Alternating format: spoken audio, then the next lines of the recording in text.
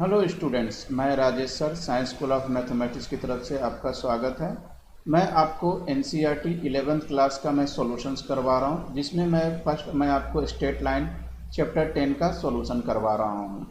तो आप यहां से आप एनसीईआरटी में कुछ भी क्वेश्चन में किसी प्रकार प्रॉब्लम्स हो रहे तो यहां से आप देख सकते हैं। और इसके पैरेलल मैं आपको कोऑर्डिनेट्स के लेक्चर भी मैं डालते जा रहा हूँ। बाय कंसेप्ट पहले मैं समझाता हूँ और उस पर वेराइटीज ऑफ क्वेश्चन करके मैं आपको डाल रहा हूँ। तो वहाँ से आप कंसेप्ट अपना क्लियर कर सकते हैं, मतलब मेथड या फॉर्मूला जो भी हो आप वहाँ से देख के आप कर सकते हैं। तो मैं एनसीईआरटी का सॉल्यूशन आपको करवाता हूँ। अगर आपको मेरे लेक्चर अच्छे लग रहे हैं तो मेरे चैनल को लाइक करें, सब्सक्राइब करें और कमेंट जरूर से दें कैसा क्या लग रहा है। और अगर आपके तरफ से कोई चैप्टर का डिमांड है तो भी आप बोल सकते हैं।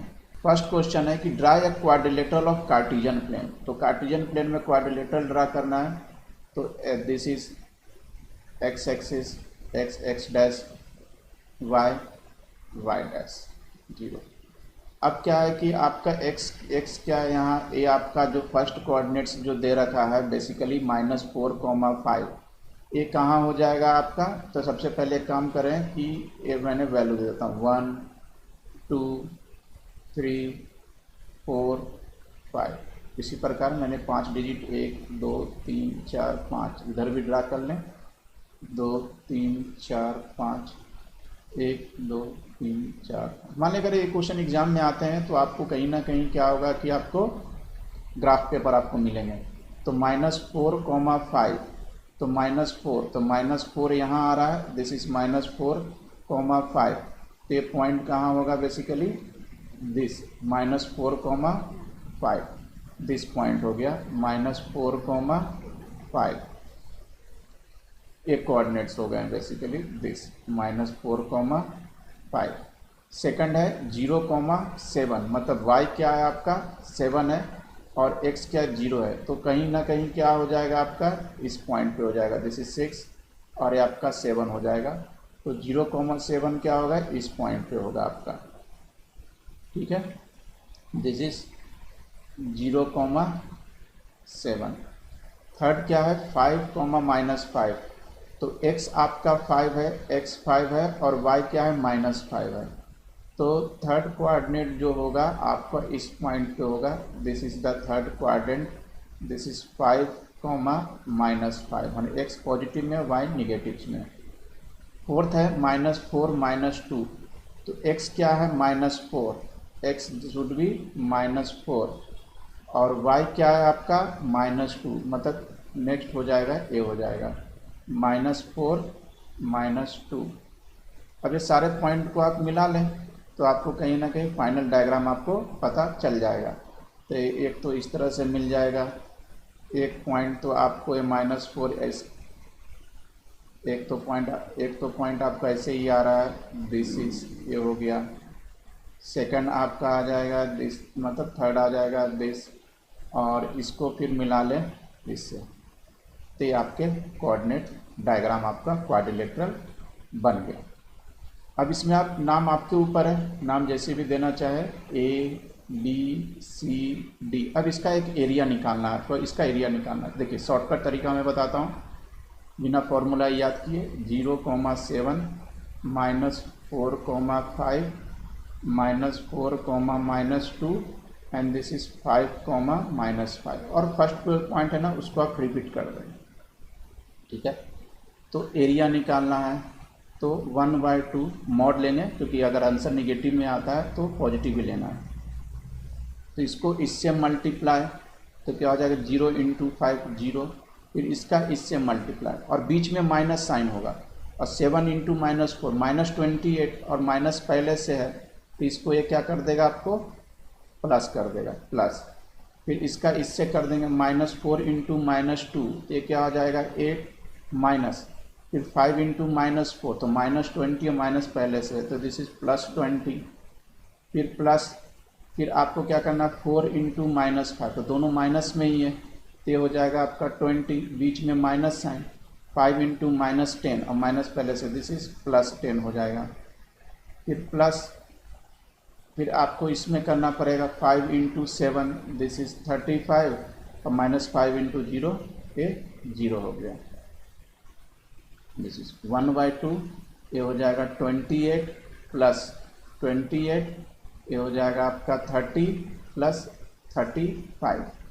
अब इसको ऐड कर देते हैं 1 to 1, मतलब answer should B 1 to 1/2 is the final answer. ये मैंने शॉर्टकट तरीके आपको बता दी, इससे भी क्वेश्चन कीजिएगा एग्जाम में फिर पूरे नंबर मिलेंगे। क्या दे रखा है, base of the equilateral triangle. तो सबसे पहले मैं एक्सिस बनाता हूँ, this is X, X dash and this is Y, Y dash, ये ओरिजिन हो गया।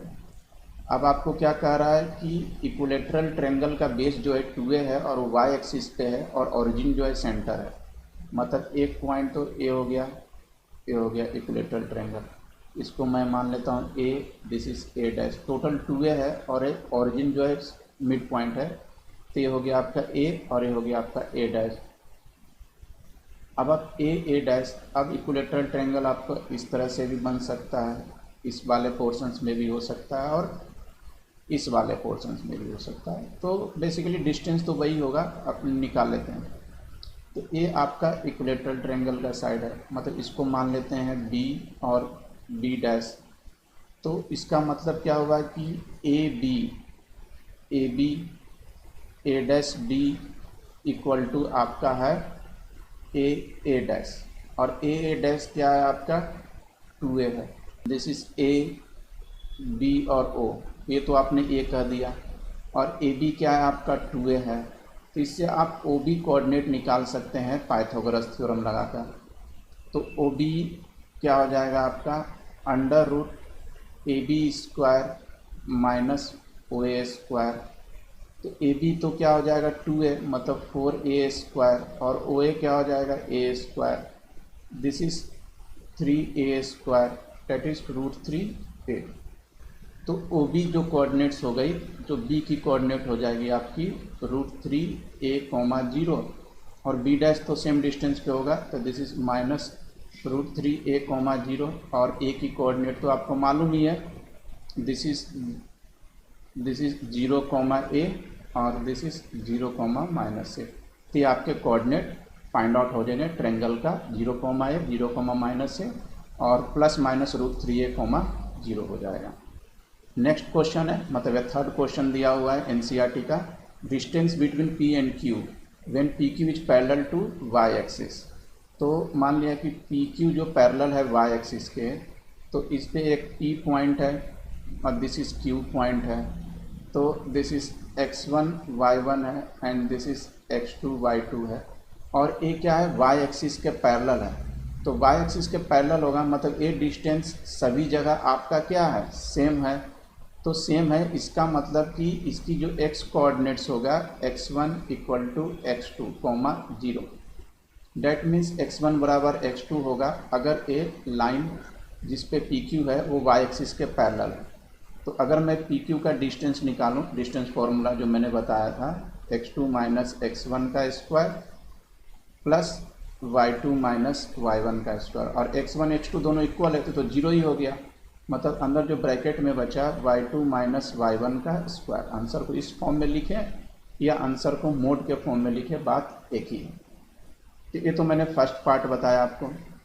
सेकंड पार्ट कह रहा है कि पैरेलल टू एक्स एक्सिस, तो सेकंड पार्ट है पैरेलल टू एक्स एक्सिस है। तो दिस इज ए आपका p है, ए आपका q है, दिस इज x1 y1 है और दिस इज x2 y2 है। तो ये क्या है एक्स एक्सिस के पैरेलल है, मतलब ए distance, vertical distance should be always same. तो यहाँ हो जाएगा 0 और ये हो जाएगा y1 इक्वल टू y2, मतलब सेकंड क्वेश्चन के लिए y1 इक्वल टू y2 है। तो PQ अगर मैं डिस्टेंस फार्मूला अप्लाई करूँ तो x1 माइनस x2 का square plus y1 minus y2 का। ये कन्फ्यूज मत होइएगा कि सर आपने ऊपर x2 माइनस x1, कोई फर्क नहीं पड़ना है, क्योंकि स्क्वायर है तो प्लस ही आएगा। अब y1 y2 0 है तो पूरा 0 हो गया, मतलब ये क्या हो गया आपका x1 माइनस x2 का square, that is mod of x1 minus x2। This is the final answer. Next question देखिए, फाइंड ए पॉइंट, फोर्थ क्वेश्चन है, find A point on x axis which is equal distance point this. मतलब एक rough diagram बना रहा हूँ मैं, इसको exam में बनाने की ज़रूरत नहीं है। एक्स एक्सिस पे कोई आपको पॉइंट निकालना है, तो दैट इज x, 0, जो कि 2 पॉइंट से इक्वल डिस्टेंस पे है। This is P Q, this is 3,4 and 7,6। तो ये इक्वल डिस्टेंस पे, मतलब ये दोनों इक्वल डिस्टेंस पे हैं। तो एक काम करते हैं, दिस आर द इक्वल, तो ये मैंने मान लेता हूँ इसको ए पी। तो ये क्या हो जाएगा आपका, A P equal to A Q. तो दोनों को मैं अभी स्क्वायर कर देता हूँ, बाद में करना है इसलिए शुरुआत में कर। अब इसमें आप क्या लगा दें, डिस्टेंस फार्मूला लगा देते हैं, ए पी। तो दिस इज x माइनस 3 का स्क्वायर प्लस 0 माइनस 4 का square equal to x minus 7 का स्क्वायर प्लस 0 माइनस 6 का स्क्वायर। ये हो जाएगा x square minus 6x plus 9 plus 16, x square minus 14x plus 49 plus 36। तो एक्स स्क्वायर से एक्स स्क्वायर कैंसिल आउट होगा, ये क्या हो जाएगा माइनस 6x और एक 14x। तो इसको आप इधर ले आए तो माइनस 6x और प्लस 14x हो जाएगा। तो इधर क्या बच गया आपका 8x बच गया, और 9 और 6 तो इधर क्या कर दिएगा, दोनों को अगर मैं ऐड कर देता हूँ तो ये हो जाएगा, दोनों को अगर मैं ऐड कर देता हूँ तो ये हो जाएगा आपका 85 और ये हो जाएगा माइनस 25। 8x इक्वल टू कितना हो जाएगा आपका, ये हो जाएगा आपका 60। तो x इक्वल टू 60 अपॉन 8। तो 8 कैंसल आउट कर दीजिए, 2 4 जा 2 हो जाएगा 30, 2 2 जा और ये हो जाएगा 15। तो x की वैल्यू कितनी आ गई 15 2, मतलब कोऑर्डिनेट जो आ गया वो आ गया आपका 15,2 0, 15 upon 2 0। This is the final answer. Question क्या कह रहा है कि find the slope of the line, जो कि ओरिजिन से पास कर रहा है और ये दोनों के मिड पॉइंट से भी। तो सबसे पहले तो ये लाइन अपन ड्रा कर लेते हैं। ये हो गया आपका B 8,0 और ये हो गया आपका P, दिस इज 0,-4। अब ये दोनों को मिला दिया। अब एक लाइन ओरिजिन से पास कर रहा है, इसका स्लोप निकालना है। इसकी कोऑर्डिनेट तो 0,0, तो यहाँ मान लेते हैं Q। तो Q जो है एक मिड पॉइंट है, दोनों का मिड पॉइंट है। तो Q की कोऑर्डिनेट फाइंड आउट कर लेते हैं, 8 प्लस 0 डिवाइडेड बाई 2 0 और माइनस 4 डिवाइडेड बाई 2। तो इसकी कोऑर्डिनेट्स हो गई आपकी 8/2 4 और ये हो जाएगा -2। तो Q की कोऑर्डिनेट -2 और O की कोऑर्डिनेट है 0,0। तो अपने को क्या चाहिए, स्लोप चाहिए। तो स्लोप का फॉर्मूला आपको मालूम है, y2 minus y1 upon x2 minus x1। तो आप किसको भी मान सकते हैं, y1 x1 y1 और किसी को भी x2 y2, कोई फ़र्क नहीं पड़ना। तो 0, माइनस, तो हो जाएगा आपका -2 एंड 0 -4। मैंने क्या मान लिया, बेसिकली ये हो गया आपका x1 y1 और ये हो गया आपका x2 y2 हो गया आपका। तो ये हो गया आपका 2/-4, 2 2 जा, तो answer should be -1/2। Next question देखिए, without using the Pythagoras theorem so that the points are vertices of right angle triangle. Obviously कर सकते हैं। तो एक की कोऑर्डिनेट आप मान लें 4,4, बी की कोऑर्डिनेट मान लेते हैं 3,5 एंड सी की कोऑर्डिनेट मान लेते हैं -1,-1। तो एक काम कर लेते हैं, ए बी सी है ना, ए बी सी अपने को मालूम नहीं है कि राइट एंगल कहाँ पड़ेगा। तो पहले ए बी का स्लोप निकाल लेते हैं। तो ए बी का स्लोप निकाला, दिस इज 4 -5 4 -3। तो ये हो गया आपका -1 और 4 में से 1, दिस इज -1। अब बी सी का स्लोप निकाल लेते हैं, स्लोप ऑफ बी सी। तो स्लोप ऑफ बी सी के तरफ 5 -1 और माइनस पहले से है तो +1 हो जाएगा, 3 -1 और माइनस पहले से है तो ये +1 हो जाएगा। दिस इज 6/4, 2 2 जा 4, 2 3 जा 3/2। तो ए बी हो गया, बी सी हो गया। अब निकाल लेते हैं स्लोप ऑफ सी ए। तो सी ए का स्लोप क्या हो जाएगा, -1 -4 -1 -4। दिस इज ए कितना हो जाएगा -5 और ये हो जाएगा आपका -5। तो दिस इज 1। तो आप देख रहे हैं कि ए डी का स्लोप ए बी का स्लोप का और स्लोप ऑफ सी ए का दोनों की अगर वैल्यू रखते हैं तो क्या आ रहा है -1, और दो का स्लोप का प्रोडक्ट अगर -1 हो तो that is called right angle triangle कहलाता है। तो ये आपका प्रूफ हो गया without Pythagoras theorem that will be proof the points are vertices of right angle. Last में आप लिख दीजिएगा कि point 4, 4, 3, 5 and -1, are the vertices of right angle triangle. Find the slope of line which makes an angle 30 degree with the positive direction of y axis। तो ए x है, x dash है, y है, y dash. तो y axis के positive direction से कितना angle बना रहा है 30 degree. This angle should be 30 degree, this is 30 degree. और ए आपका क्या है 90 है, तो अपोजिट एंगल से ए भी आपका 30 हो जाएगा। ए 30 हो गया, ए 90 है, तो ये आपका क्या हो जाएगा 60 डिग्री हो जाए। अब ये 60 डिग्री है और पूरा एंगल कितना होता है 180, तो 180 माइनस 60 दिस इज क्या हो जाएगा आपका 120, तो ये आपका 120 हो जाएगा। That is slope of line कितना हो जाएगा tan 120 डिग्री। अगर आपको tan 120 डिग्री के वैल्यू मालूम है तो फिर कोई दिक्कत ही नहीं है, क्योंकि जो 60 का होगा वही 120 का होगा। तो डेट इज ये हो जाएगा -√3 इज द फाइनल आंसर। नहीं तो अगर 120 का नहीं मालूम है ना तो 120 को क्या लिख सकते हैं आप 180 माइनस 60 डिग्री, और tan 180 माइनस थीटा क्या होता है -tan थीटा 60 डिग्री, और tan 60 डिग्री √3 -√3। तो ये मैंने आपको कोऑर्डिनेट्स के 10.1 के कुछ क्वेश्चंस मैंने आपको करवाए। नेक्स्ट क्लास में मैं 10.1 के और आगे के क्वेश्चन आपको मैं करवाऊंगा। और आपके तरफ से अगर कोई चैप्टर का डिमांड हो कि सर इस चैप्टर का आप पहले सॉल्व करा दीजिए, तो चैप्टर आप कमेंट में ज़रूर से लिखें, मैं उसके क्वेश्चन आपको मैं पहले करवा दूंगा।